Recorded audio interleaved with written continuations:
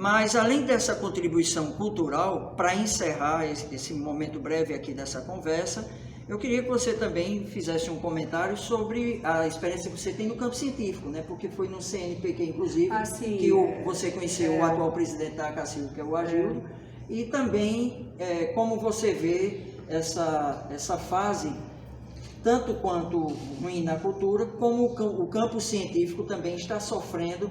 Que perspectiva, né, você acha que ainda pode ter?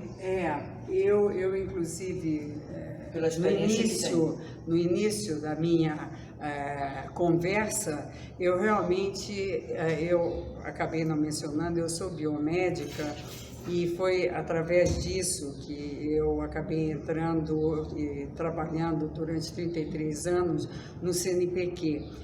E eu digo que, além, claro, das amizades, né, mas, sobretudo, a seriedade do trabalho e a seriedade com que, naquela época, a ciência e tecnologia eram tratados, é muito diferente. E isso em condições muito mais precárias, porque aqui eu estou falando dos anos 70, 80 e tal, né? Em condições muito mais precárias, mas com muito mais seriedade, muito não desfazendo do que existe agora. O que acontece é que naquela época, realmente, os governantes, eles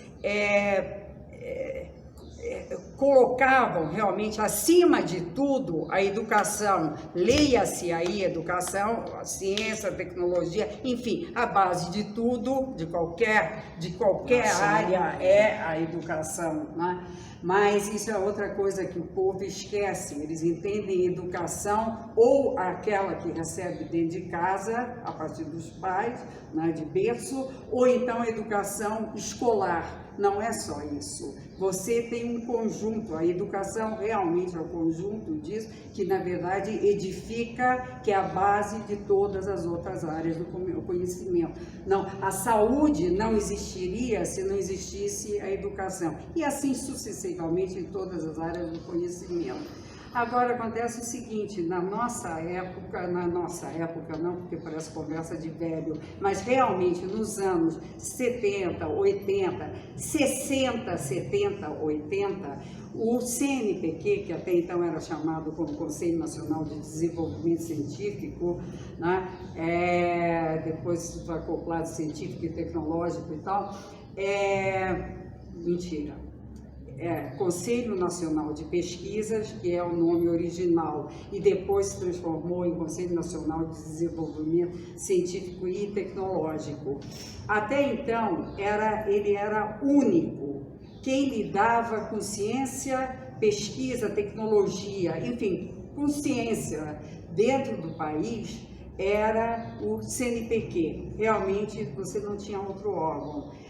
Passadas algumas décadas, foi criado o Ministério de Ciência e Tecnologia. E, antes de ser criado o Ministério, realmente o CNPq detinha cinco importantíssimos centros de pesquisa que eram realmente pertenciam ao CNPq, né? Que é na área de computação científica, física,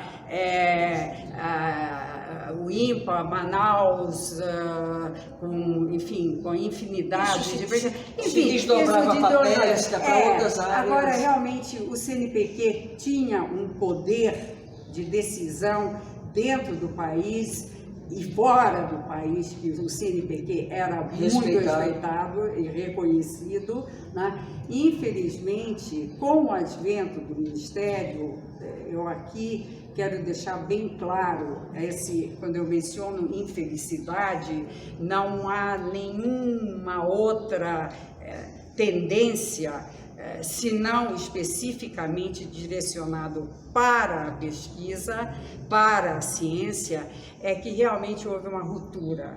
O CNPq perdeu o poder, o Ministério de Ciência e Tecnologia não conseguiu absorver realmente, começaram disputas e uma série de coisas, e chegamos ao ponto que nós estamos hoje, né? A mesma coisa se estende ao Ministério da Cultura. Licença, desculpa. E num momento tão delicado, de repente, que não só o mundo, mas o país vive, né, por conta dessa pandemia. Exatamente. Ter esse campo científico desmontado. Totalmente desmantelado. Nós temos realmente, quer dizer, exatamente agora nessa pandemia, nós estamos vendo o que está acontecendo, e o problema que não é lentamente o desmantelamento. A coisa está realmente sendo detonada no estalar de dedos, realmente assim, no estalar de dedos, e vem críticas, e essa questão da vacina, dessa coisa toda, está gerando, isso está de alguma forma dando a impressão que nós aqui no Brasil não temos pessoas capacitadas. Não temos grupos, não temos institutos capacitados, o que é uma inverdade. Nós temos. Agora tem a questão realmente de recursos que foram sendo cada vez mais e mais restritos, né, até chegar ao total encolhimento. E um outro exemplo que nós temos, que é um órgão chamado CAPES, a sigla CAPES é a Coordenação de Aperfeiçoamento de Pessoal de Nível Superior, que é do Ministério da Educação, e que também começou a atuar algumas décadas atrás, mais ou menos dentro do padrão do CNPq, simplesmente está desmantelado. Nós não temos. E a CAPES era direcionada exclusivamente para as instituições de nível superior. Então, isso é que diferenciava o CNPq da CAPES, né? Que ela realmente só focava, o foco dela eram as universidades federais, estaduais, enfim, as universidades públicas, em primeiro lugar, né? Agora, simplesmente, exatamente pela falta de recursos, pela falta de aparente, como se nós fôssemos autossuficientes de repente e não precisamos mais, é o que eu digo sempre, onde estão os cérebros? Por que não deixaram todas essas décadas que se formou tantas mentes brilhantes no país? Onde estão essas pessoas hoje? Simplesmente foi encolhendo. O que nós vimos, um dos primeiros movimentos aí foi a destituição do diretor do Instituto Nacional de Pesquisas Espaciais, e, enfim, situações realmente que foram empobrecendo, e de repente nós acabamos ficando na vitrine do mundo como incapazes.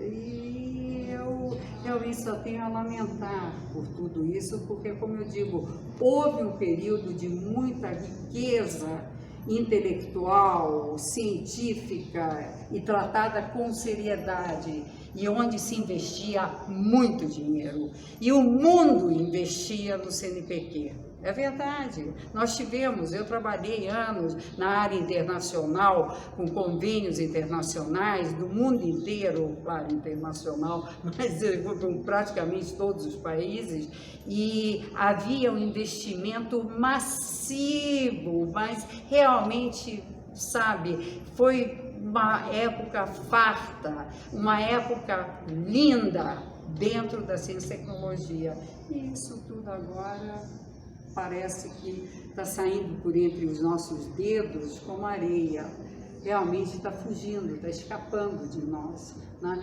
E agora com a pandemia, realmente, a população também, numa boa parte aí também, a falta da educação pública de qualidade, essas coisas todas foram empobrecendo todo esse processo, e empobrecem. Então, em primeiro lugar, o pão, mas você vai ganhar o pão se você realmente tiver educação, né?